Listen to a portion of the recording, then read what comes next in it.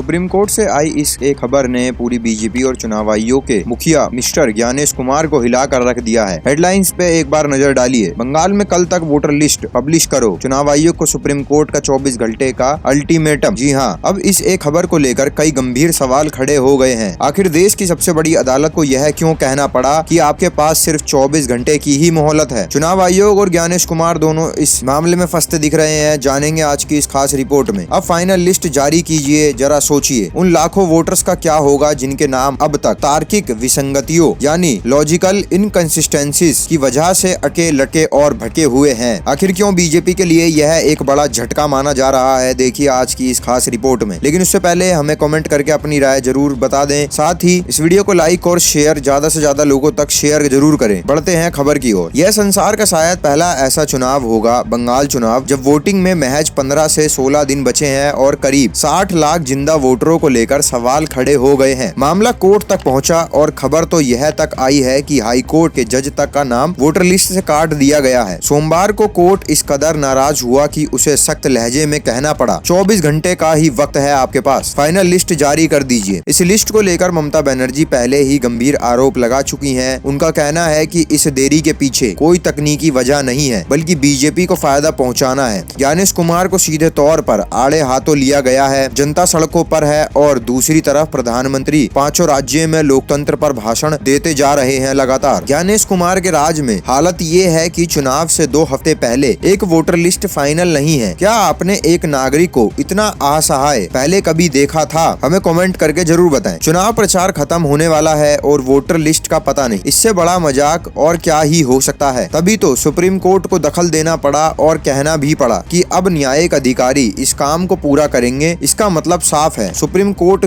को भी लग रहा है कि चुनाव आयोग यह काम समय पर और निष्पक्षता से करने में सक्षम नहीं है। कोर्ट ने स्पष्ट निर्देश दिए हैं कि लंबित दावों पर तुरंत फैसला हो और अंतरिम सूची जारी कर दी जाए तुरंत। आज डिजिटल सिग्नेचर का काम पूरा नहीं भी हुआ है, तब भी लिस्ट जारी करे। कोलकाता हाई कोर्ट को आदेश दिया गया है कि 3 पूर्व जजों की एक कमेटी गठित की जाए जो इस पूरी प्रक्रिया की निगरानी करेंगे। याद करिए, पिछले शुक्रवार को ही सुप्रीम कोर्ट की जस्टिस BV नागरत्ना ने बिहार में कहा था कि लोकतंत्रता की अखंडता के लिए चुनाव आयोग का निष्पक्ष होना और राजनीतिक प्रभाव से दूर रहना अनिवार्य है। एक जज को यह क्यों कहना पड़ा है? क्योंकि जब चुनाव कराने वाले ही चुनाव लड़ने वालों पर निर्भर हो जाएं, तो लोकतंत्र कमजोर होना लगता है। आप जानते ही हैं कि मुख्य चुनाव आयुक्त ज्ञानेश कुमार के गृह मंत्री अमित शाह के साथ कितने घनिष्ठ संबंध रहे होंगे। वह उन्हें अधिक काम कर चुके हैं। मोदी सरकार ने नियम बदले और उन्हें नियुक्त किया, लेकिन अब उनके काम करने के तरीके पर सवाल इतने बढ़ गए हैं कि इतिहास में पहली बार किसी मुख्य चुनाव आयुक्त के खिलाफ विपक्ष महाभियोग यानी इम्पीचमेंट का नोटिस लेकर आया है। सुप्रीम कोर्ट को बताया गया कि अभी भी 26,000 मामले बाकी हैं जिन पर फैसला नहीं हुआ। ममता बनर्जी का आरोप है कि जानबूझकर उन लोगों के नाम काटे जा रहे हैं जो बीजेपी को वोट देने नहीं जाते या नहीं देना चाहते। विशेषकर अल्पसंख्यक समुदाय को टारगेट किया जा रहा है। अभिषेक बनर्जी ने भी इसे एक सोची समझी साजिश करार दिया है। यह पहली बार हो रहा है कि SIR के दौरान तार्किक विसंगतियों का मामला जी का जंजाल बन चुका है। नियम यह बनाया गया है कि वोटर को साल 2002 की वोटर लिस्ट से अपना संबंध साबित करना था। वोटर लिस्ट को 3 श्रेणियों में बांटा गया, मैप्ड, अनमैप्ड और तार्किक विसंगतियां। आरोप है कि चुनाव आयोग ने बार बार व्हाट्सएप वीडियो कॉल्स के जरिए निर्देश बदले, लिखित में कुछ नहीं दिया गया, जिससे जमीन पर काम करने वाले अधिकारियों और आम जनता में भारी भ्रम पैदा हुआ है। नतीजा क्या निकला? नतीजा यह निकला कि 13 लाख वोटर्स को तार्किक विसंगतियों की श्रेणी में डालकर लिस्ट से बाहर करने की नौबत आ गई है। अब वह वोट डाल पाएंगे या नहीं, यह सवाल अभी भी बना हुआ है। अब स्थिति यह है कि बंगाल में चुनाव के दौरान चुनावों के मायने ही बदल गए हैं। सुप्रीम कोर्ट ने कोलकाता हाई कोर्ट को 3 पूर्व चीफ जस्टिस और सीनियर जजों की कमेटी बनाने को कहा गया है, जो कल तक एक समान नियम तय करेगी। कोर्ट ने साफ कहा है कि सारे कागजात दोबारा देखिए ताकि किसी के साथ अन्याय ना हो और सबको सुनवाई का मौका मिले। क्या मंगलवार तक लिस्ट आने के बाद लोगों को उनका हक मिल पाएगा? क्या ज्ञानेश कुमार और चुनाव आयोग अपनी निष्पक्षता साबित कर पाएंगे, या फिर यह विवाद भारतीय लोकतंत्र के इतिहास में एक काला अध्याय बनकर रह जाएगा? इस पूरी गंभीर मुद्दे पर आपकी क्या राय है? क्या आपको लगता है कि चुनाव आयोग जानबूझकर पक्षपात कर रहा है? अपनी राय हमें कमेंट बॉक्स में जरूर दें और इस वीडियो को ज्यादा से ज्यादा शेयर करें और सब्सक्राइब करें वायरल समाचार चैनल को।